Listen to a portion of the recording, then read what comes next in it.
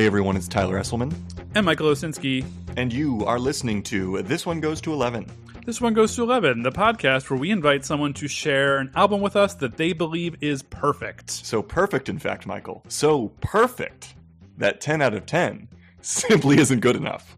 It sure ain't. I'm very much appreciating our dive into perfection these days. I feel like whenever I bring up this topic to somebody, everybody's always like, well, I don't believe perfection exists. And then I want to be like, well, yeah, come and put a number on it, baby. Come and put on 11 or higher. That's what I want to say to them. Come to our virtual living room and see for yourself. It is rich carpeting and a full bar cart. That's what our virtual living room has. Are we gonna have to design our own living room when we finally get like a studio, like what it's gonna look like? Or does the Pope shit in that funny hat of his? You have me speechless, Tyler. I didn't have an answer to that one. Well, speechless. Here, I'll prepare you for some more speech. We have a great guest today, talking about an absolutely incredible album. Michael, who are we speaking to today? We've got a Mike guest. We've got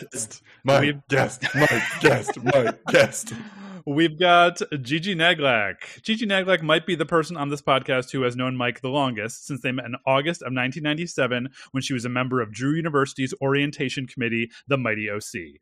She's a program director at the New Jersey Council for the Humanities, part-time public historian, and can still sometimes be found treading the boards, most notably with podcast superstar Meg Williams in their show Chlamydia dell'arte, a sex ed burlesque. She lives in West Philly, the best Philly, debatable, with her kids, husband, two guinea pigs, and a foster turtle who will probably outlive them all. It's my good friend, Gigi. Hi, Gigi.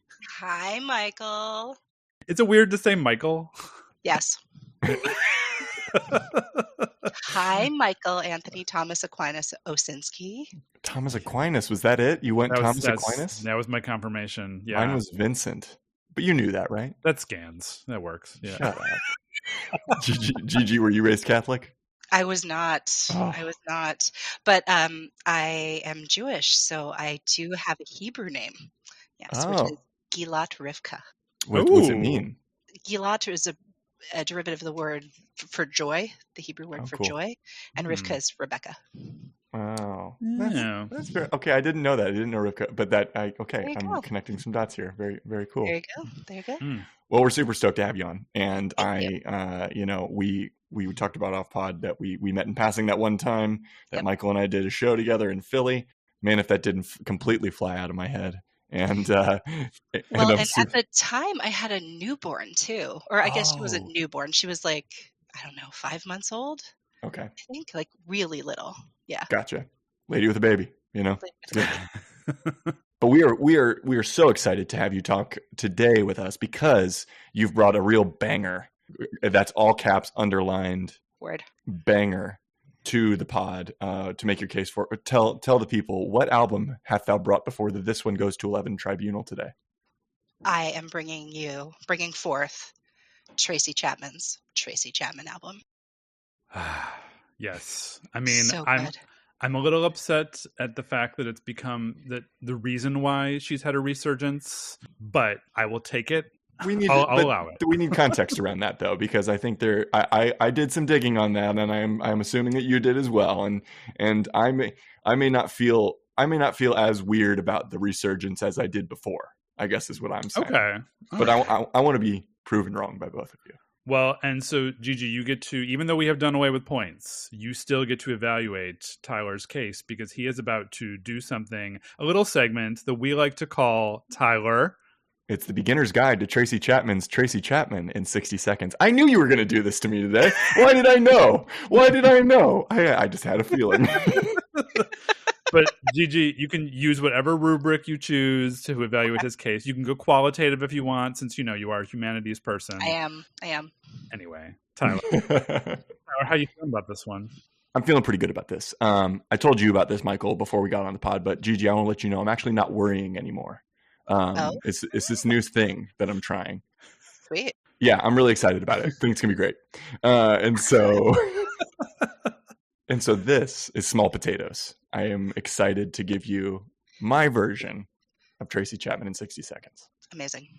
All right. I've got 60 seconds on the clock, Tyler. So we'll start in 3, 2, 1, Go. As much as she might hate it, let's shine a spotlight on Miss Tracy Chapman. Born in Cleveland, Ohio in 1964, Tracy was one of those kids whose instinct to sing came nearly simultaneously with her ability to speak. Those early years in Cleveland unfortunately came at a time when the racial tension and violence were at a fever pitch, and a nearly fatal experience being caught in a race riot spurred her to accept a scholarship spot at the Worcester School in Connecticut, a prestigious boarding school where Chapman finished her diploma.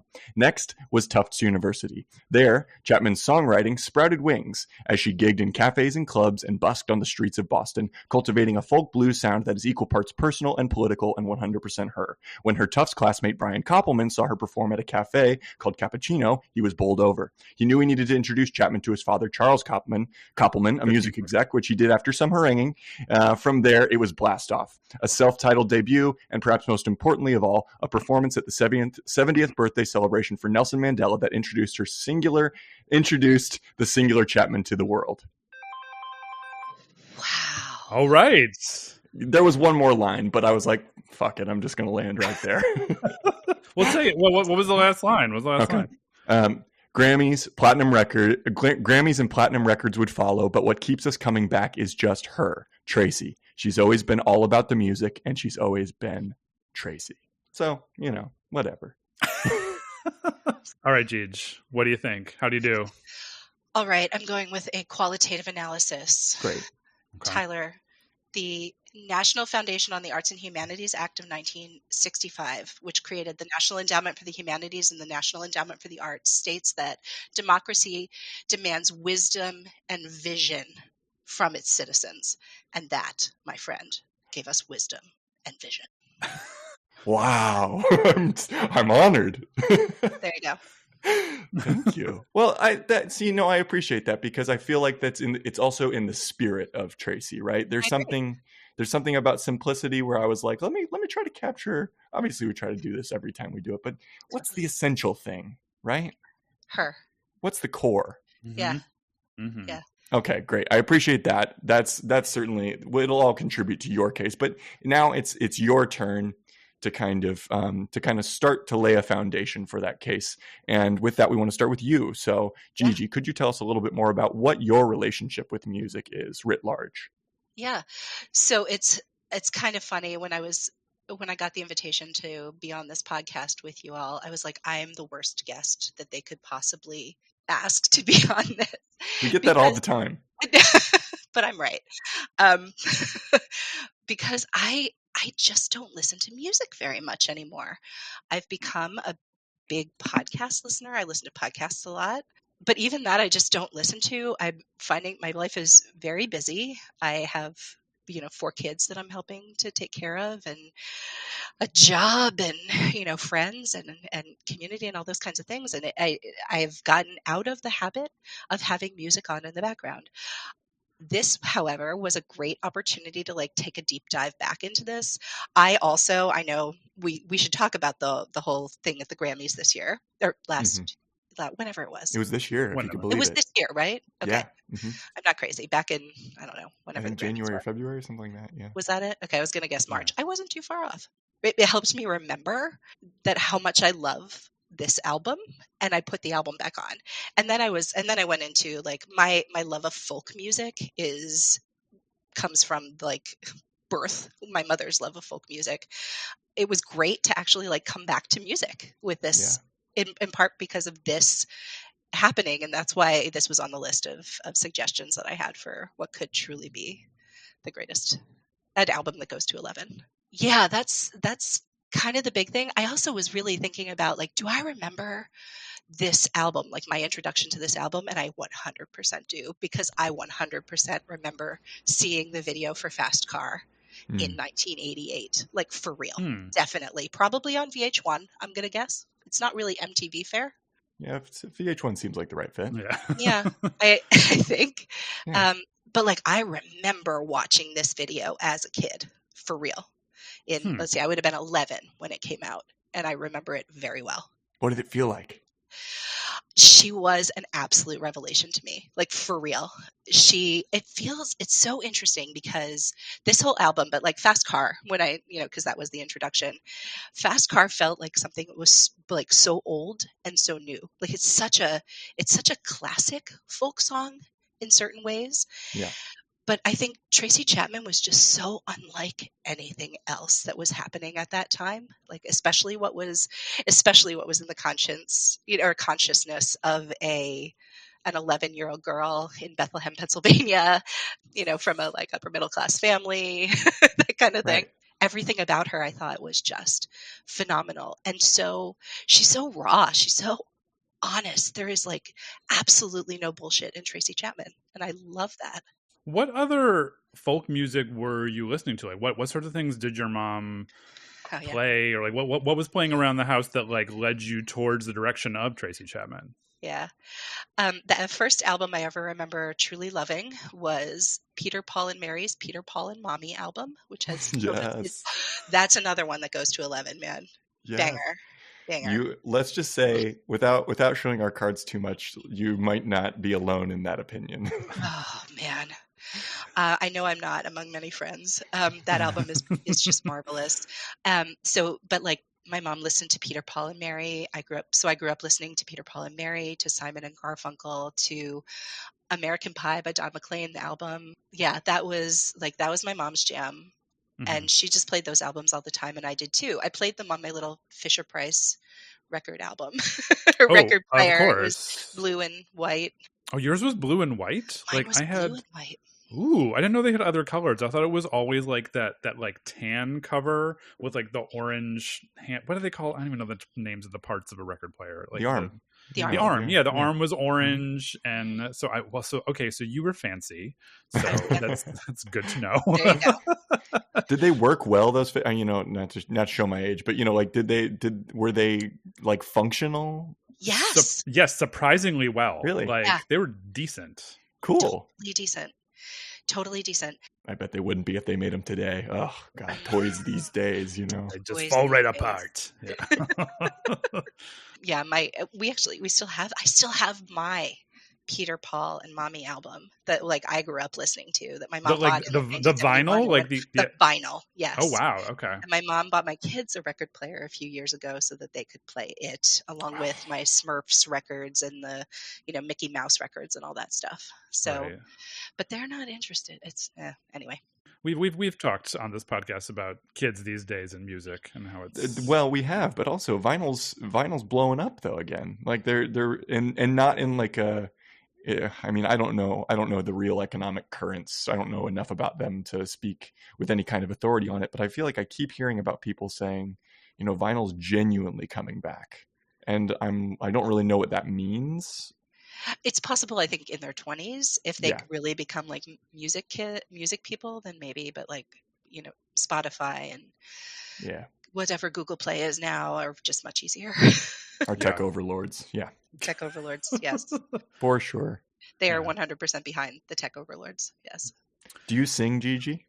I'm so glad you asked that, because I was going to say Gigi is selling herself short, because Gigi has a lovely voice and she did sing we sung together. So I was going to say, together, Mike would know because we were in an a cappella group together in college. Okay. All right. Here it is. Yep. Here it is. I'm a soprano. Michael has really buried the lead with this one. Gigi. Well, okay, Tyler, as soon as you want to talk about Drew University's All of the Above album, which was called Pop Stars Anonymous. Pop Stars Anonymous. Oh, and my God. Mike's unbelievable solo to Mike, do you want to say it or me? To George Michael's Freedom 90 and that. Shut up.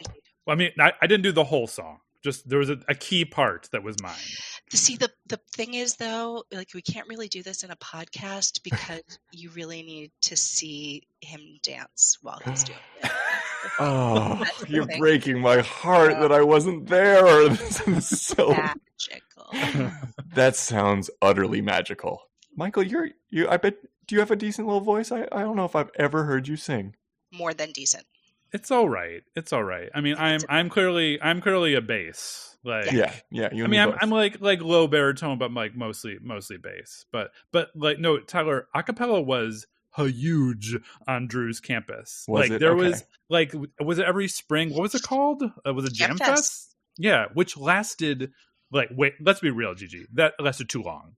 Oh, It yeah. was like 3 hours of a cappella. I And think it it was was like, longer. I think it was longer because really? we had our 3 Drew University a cappella groups. Mike and I were in the co-ed a cappella group, which is called All of the Above. Still Okay. exists.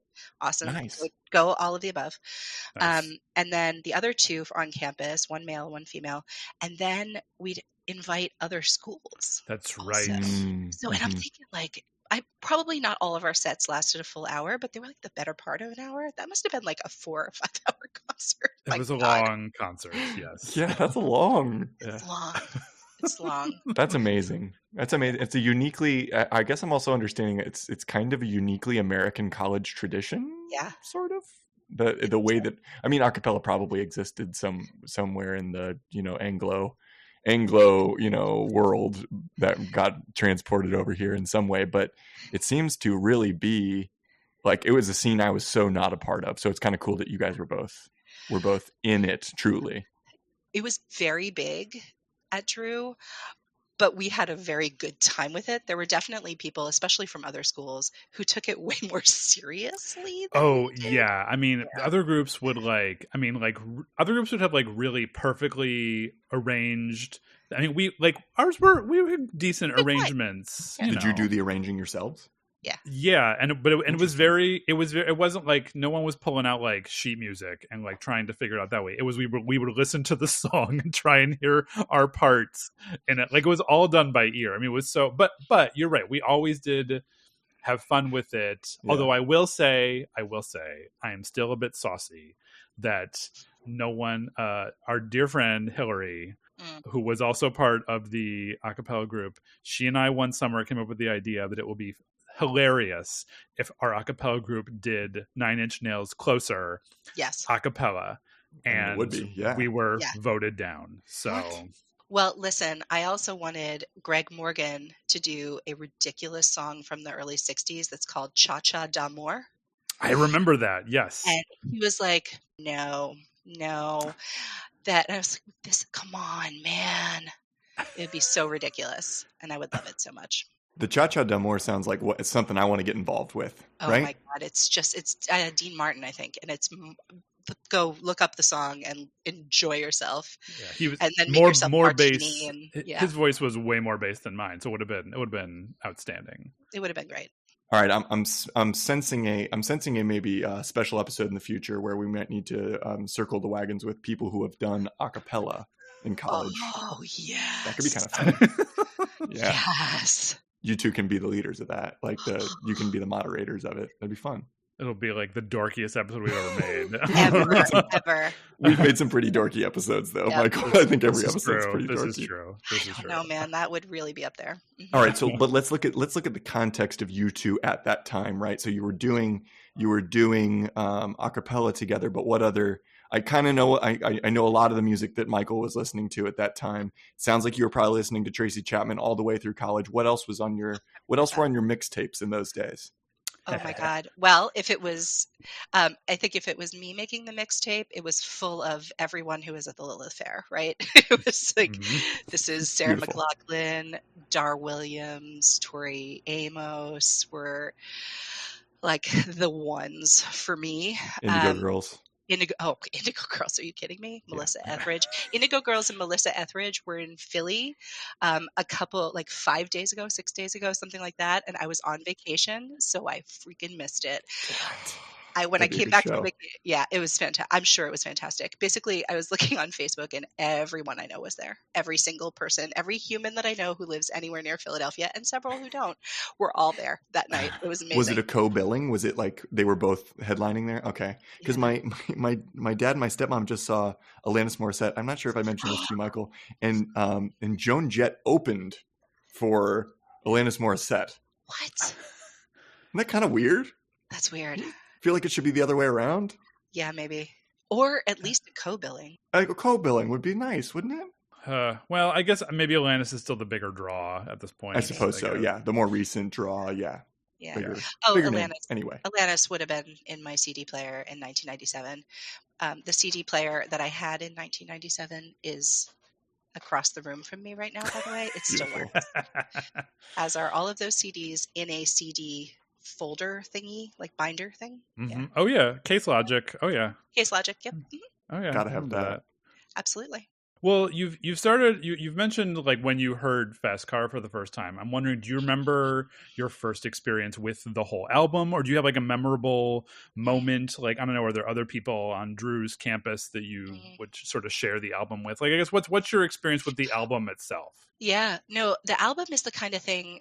So when I was, before I started doing a cappella with Mike in college, oh, and I should mention, by the way, that we did a Tracy Chapman song. We did. Oh, That's right. We did. okay, Give Me okay. One Reason, not from this album, also an excellent song, also an Incredible excellent song. album, Yeah. New Beginnings. But so this album, like I said, came out in 1988, right? So I was 11. This is this is an album that was on steady rotation with my friends and I when we were in high school.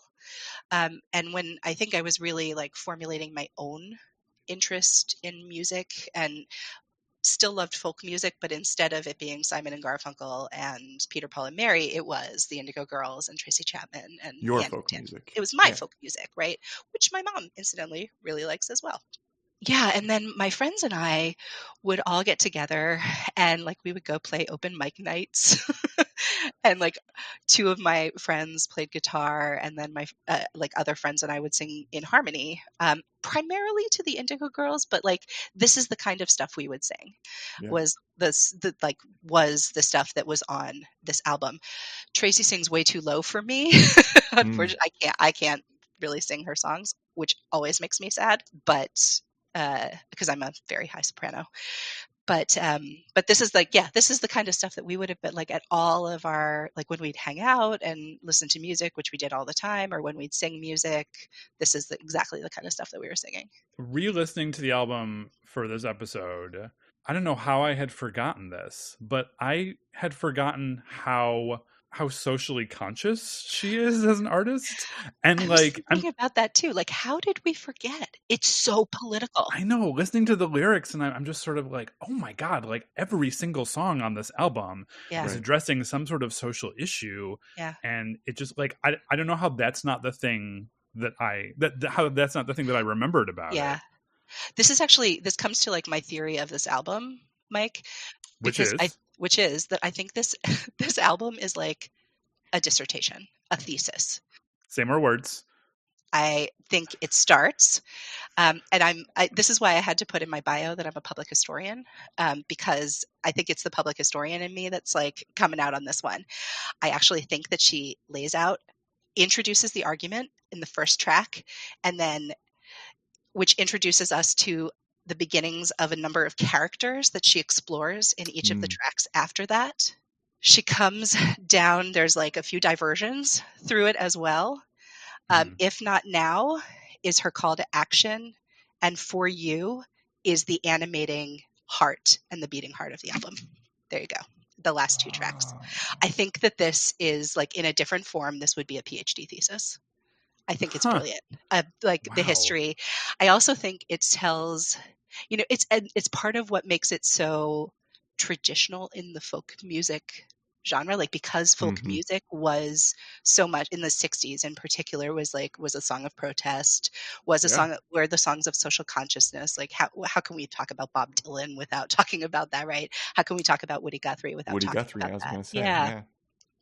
And I think Tracy Chapman is right in that world. And yet, as I was listening to it again, and as I sort of like came up with this theory, I mean, it's a much more race conscious thing that she's talking about at her time, and given her lived experience, of course it is. But it also, to me, is a place. It tells a place in time.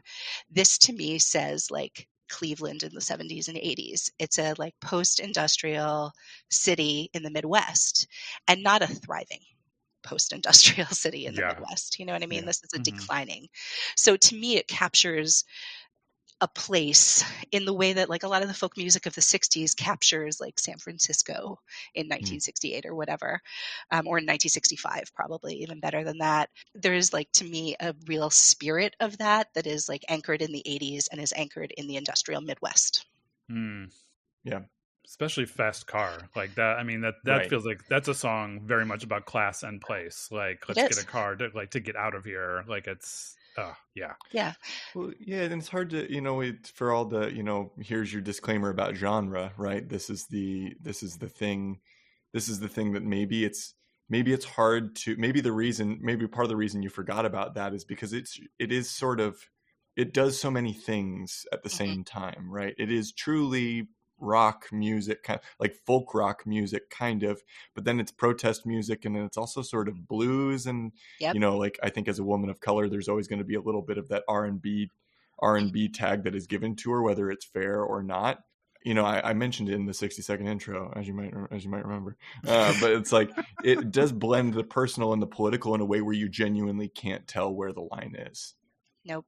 And I think that she does that without ever. It's not that she's not on the front end of the beat with her actual songwriting and actual performance, but she's leaning back the whole time, if that makes sense. She's settling in the things she's saying in such a way where you come to her instead of her shooting out towards you. Yeah. Is the thought that I had when I was listening in preparation for this. Does that idea resonate with either of you? Yes. I think so. Yeah. There's such a mournful quality in her voice. Yeah. Too. Like, no matter what she's talking about, there is a sadness, and yet this album is not sad at all. Yeah.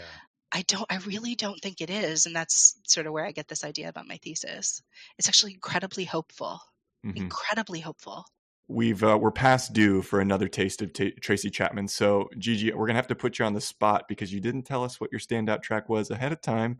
Didn't get that part of your homework in, did you? In the email. All right, Tyler. All right, settle it down. But we'd love to know. We'd love to know what you think the standout is from this album at this moment, in this very moment. So this the problem with the standout track in this album is that every track is the damn standout. Like a different track is the standout every time I listen to it.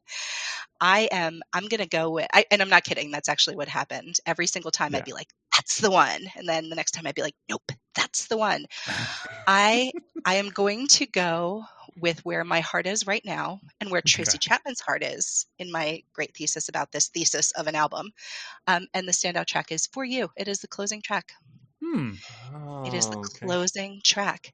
And yes, I think there's many. I think there are multiple standout tracks that you can look at this. I also decided for myself, I gave myself a rule that you guys did not give, which was Fast Car can't be the standout track because I like that. It was an unspoken rule. It was an unspoken rule, right? Yeah. It's just it can't. That is, by the way, an absolutely perfect song. That song is magical. Let's have them. Let's let our listeners have a little taste. If you've never heard it, here's a taste of For You by Tracy Chapman.